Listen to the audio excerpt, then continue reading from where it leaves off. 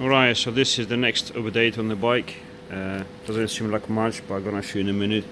There's actually a lot, and because I was extra busy, my welder decided to shit himself. So I've just finished to repair it, and it's good to go. Finally, well, I have to reassemble it back together, and we're back in the game. And about all the cylinders, I have to fix my older spare welder. That was my actually, sorry, that was my main welder. That was my backup one. That decided to stop working, so I used the backup one for a long time, and then the backup one stops working. So I was like, okay, it's time to actually fix this stuff instead of working on the backups. But again, all the mess, blah blah blah, everything works now. Huge mess everywhere. It's just way too much stuff. As you see, the molds for the final prototype tank. There you go. Andrew being lazy. Trying to do it with, yeah, toilet rolls. No, they're still there. So yeah, that's the mock-up for the fuel tank, which is gonna be fiberglass prototype. I'm gonna make it nice and smooth, because obviously this is just the initial prototype aluminium to let me obviously keep going until he does the carbon fiber one. But that one is gonna be nice and smooth. Obviously no welds, tiny bit different shape. Well, not really shape, but just smoother with no sharp edges. Well, sharp edges, sharp angles. There's no sharp edges here. However, I don't know if you remember the picture or whatever. I'll show you the warning loom. That was hanging like everywhere. The whole, well, a lot of it. Now we reduce that to not much. Let me just take this sheet off. Ta-da! This is the warning loom. This is all it comes from the front, goes here, and we've got everything here. I'm still working on it, obviously. This has to be on the top, up. I don't know if you can disconnect this or not. To be honest, I was not intrusive in this warning loom, which I go back to it in a second, but I just wanted to shorten and put, obviously, things in a different place. Under the battery I have two ECUs. Well, the main ECU, and then I have the fueling ECU, fuse boxes, both of them, the main relay for all the big stuff. This was hiding in the warning loom, which is kind of like a resistor inside. I don't know what it does. I left it there. Jesus Christ! I don't know if I need it there or not, but I left it. There's a plug for the OBD reader and all the stuff. The start relay, which is fixed. I still need a positive from the starter mode. Obviously has to be shorten it and go different direction. Pipes for the air filters mock-up. So I'm gonna run two. It's gonna be, what is it? Where did I put it? One is here. Where's the other one? Oh, there. Okay. So there's gonna be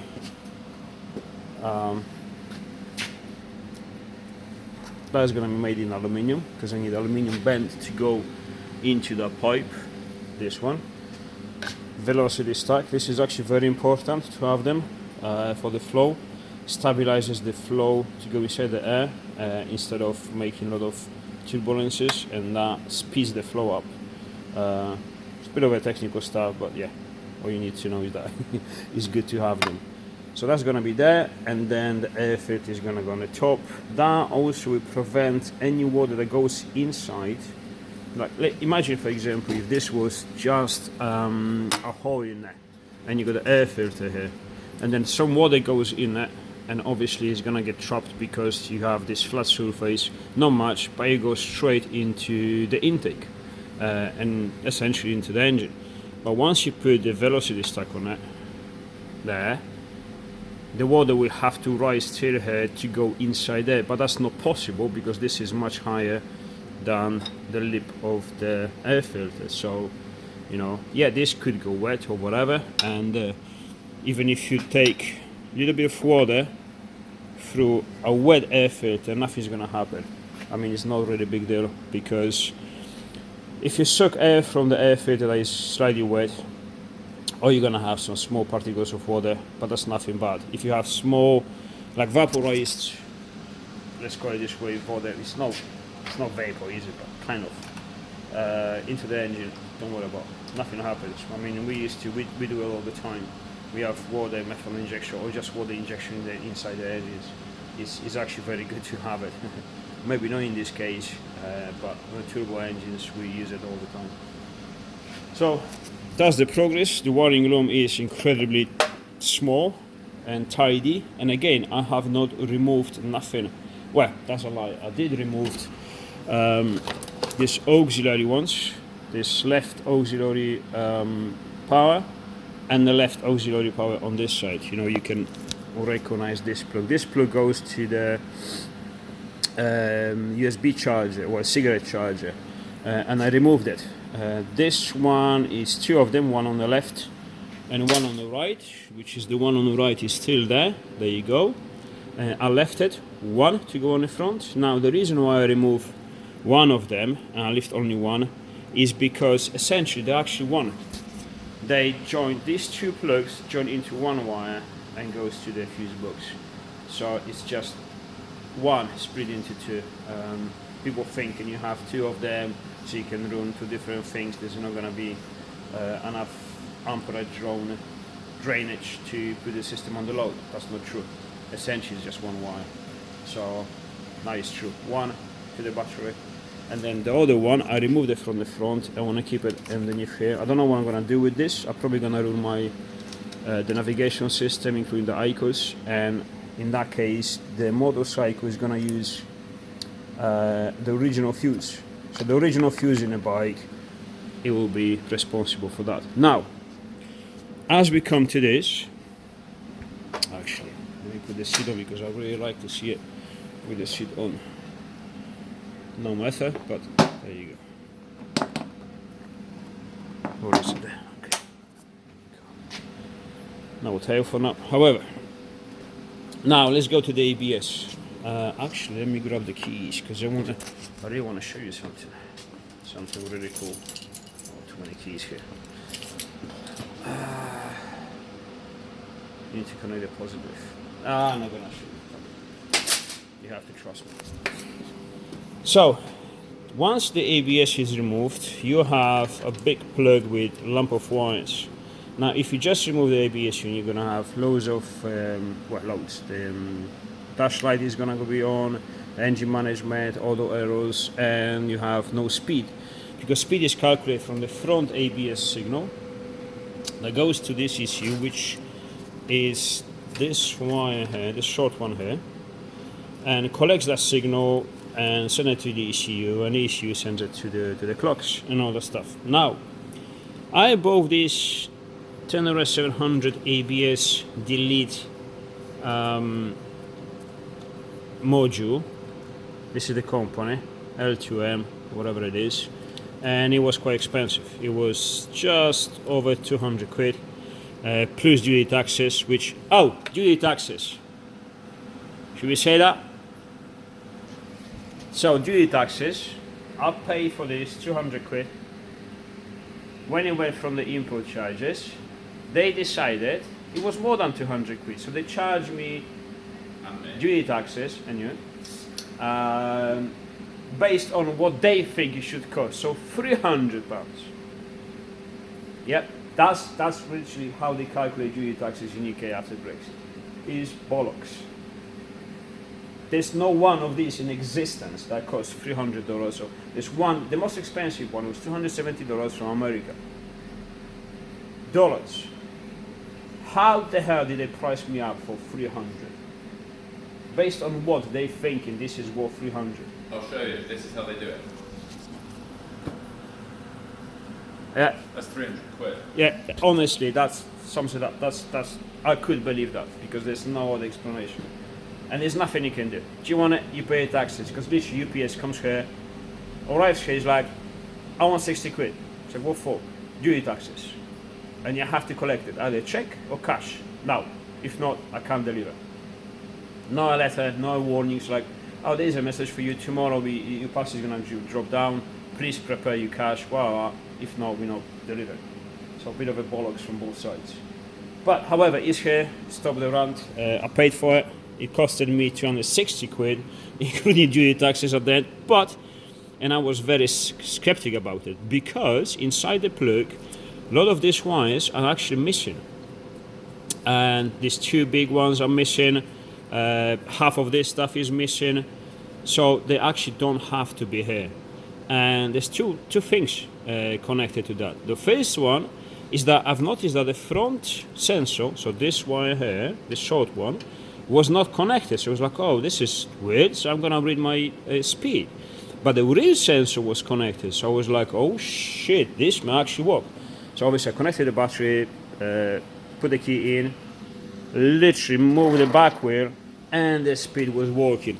Now these fuckers connected the speed to the back wheel to the front. How genius is that? It's very simple. You have two options, front and back, but usually it's front, just leave it as standard, or connect it from the back. Spot on. Thank you very much. This is big because we don't have to run the wires for the ABS on the front, because when you do this conversion, the single disc and a high fender, you got the just mud gas, you got the obviously the hose for the brake, which I don't have it now on it, and you have to run the ABS cable as well. Then you have to have a sort of bracket, because again I have Boano, this is YZ450 forks, Boano racing stuff, or the Kidon, or the blah blah, with the SM Pro wheels. You need to run some sort of a bracket to hold obviously the ABS sensor, and then there has to be a ring in there obviously to give the signal. That ring now unfortunately doesn't fit with this disc. I will have to machine it. This is the R1 320mm disc, so it's all possible, it's all doable, but it saves me a lot of work by not doing this way. Now, is it all good by having on the back wheel? Yes and no. It removes all the work for me. It suits me perfectly. I'm okay with this. However, if you drive like a lunatic, if you drive like a stupid, I do sometimes, only sometimes, and you skid on the back with all the stuff, you're gonna have more mileage than you actually do. That's the negative, but that's all probably. What else? Yeah. Oh, this is another thing. This is an important thing, that if I had this before I was doing the loom, I'm actually thinking about removing these wires from the system, and because they are big, and you have a couple of fuses actually on a fuse box that manage this. I think it's these two, big power for the ABS pump. There is also one of these on the back. It's only one used, so that's another positive. And I think there's another positive somewhere here that is on the fuse. So it's probably, I don't know, at least two, maybe three fuses related to the ABS system that I could have used, and have them actually for the rest of the bike. Like again, navigation, extra lights, or ICOs, or whatever I need to be. And that will be awesome because there's no additional stuff. You'll be all under the genuine motorcycle fuses. No additional stuff. How cool would that be? So literally like, oh, your navigation fuse went out. Where you have it? In a fuse box.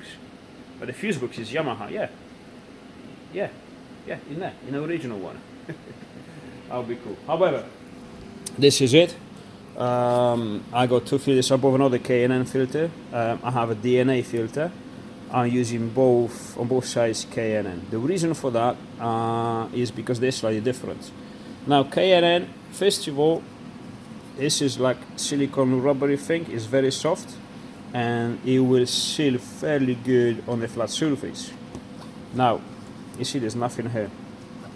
The DNA filter also is not as rubbery.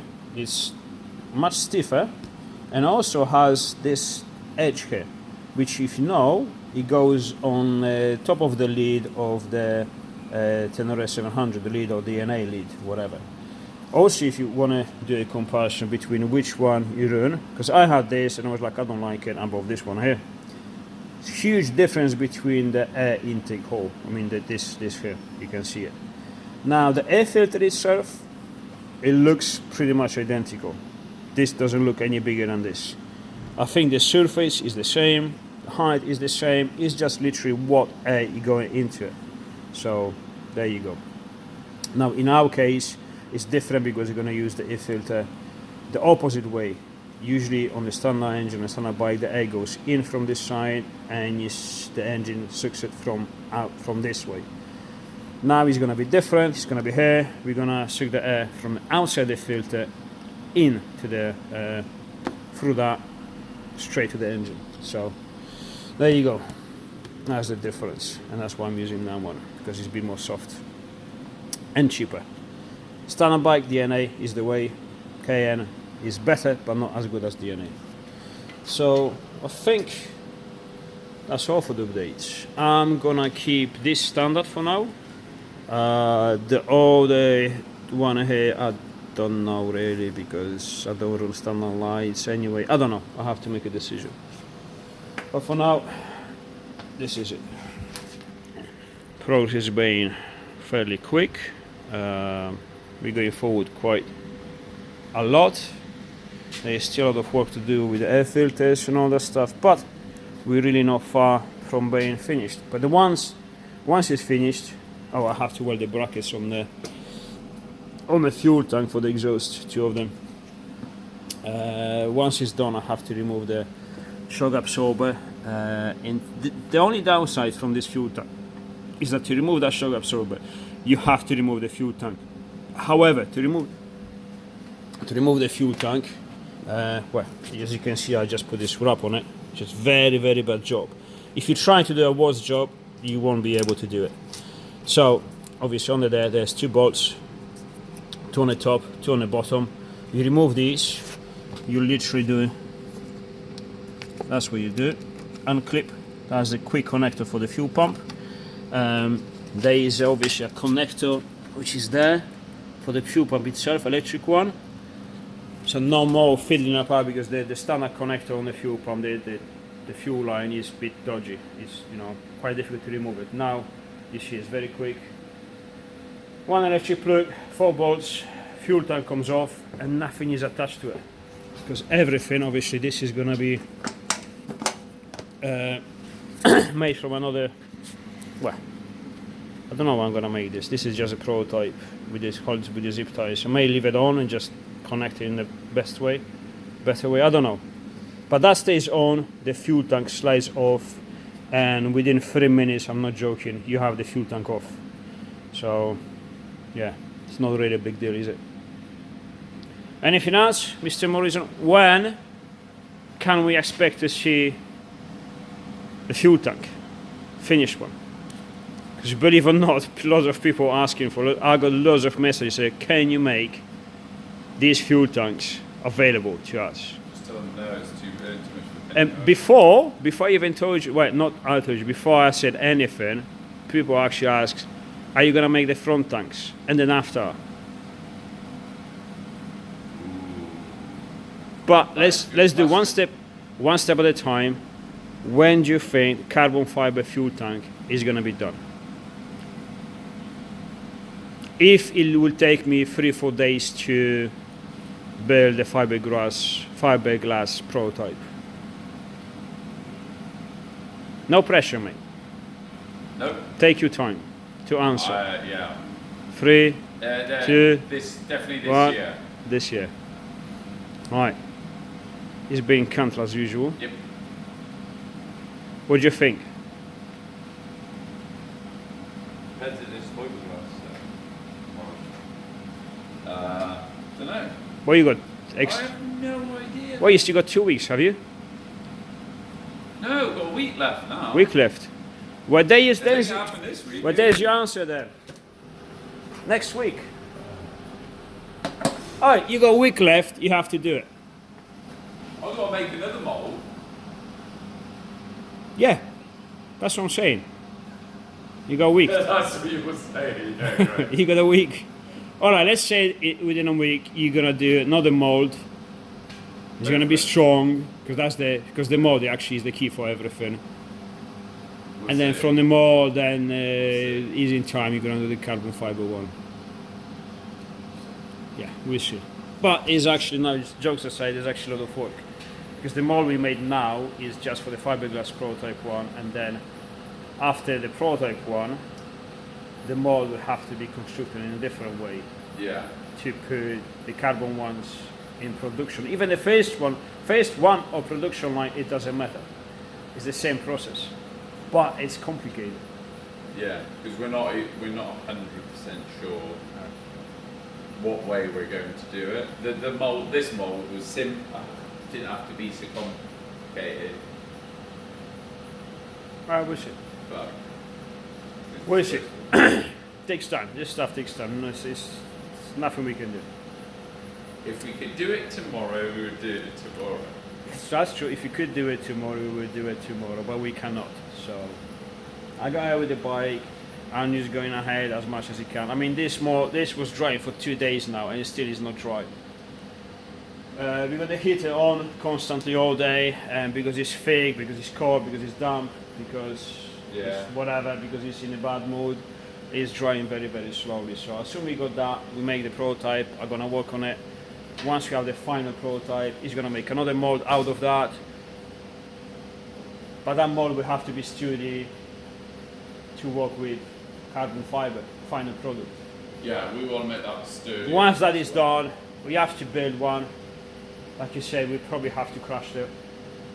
We probably have to break it and see at what point it breaks, because being carbon fiber and Kevlar, and it acts as a structure, because this is a subframe of your fuel tank.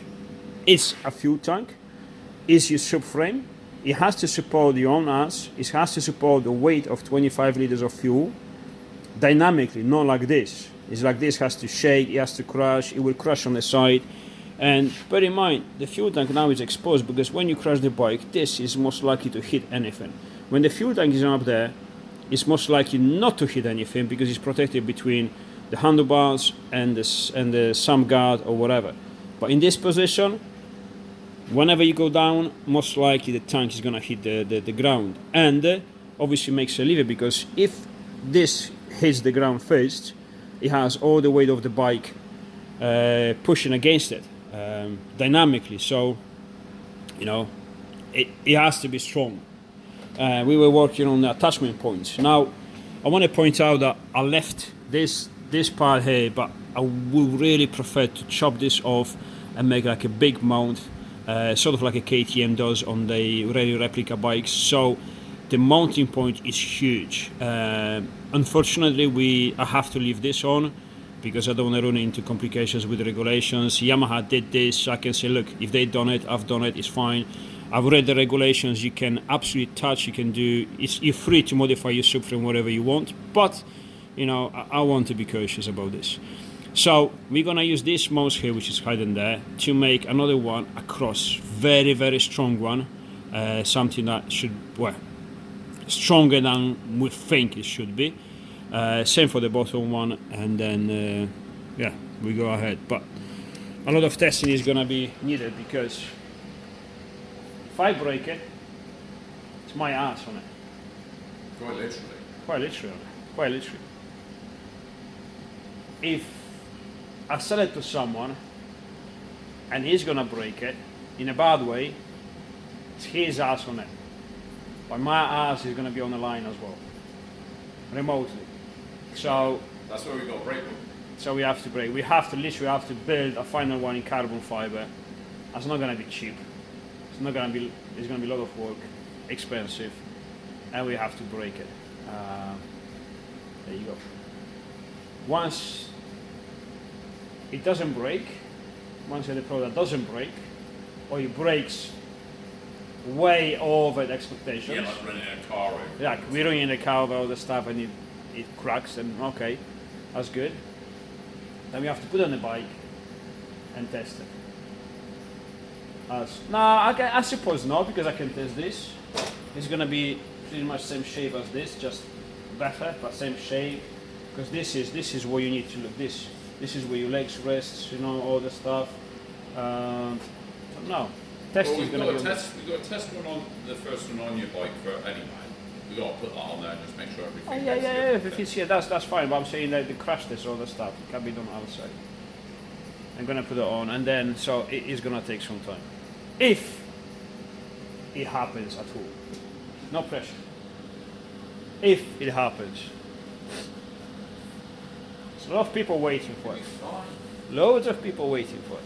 So, Chillax, it'll be fine. alright. Well, in mid-time, it's back to work. We'll see. Let's hope.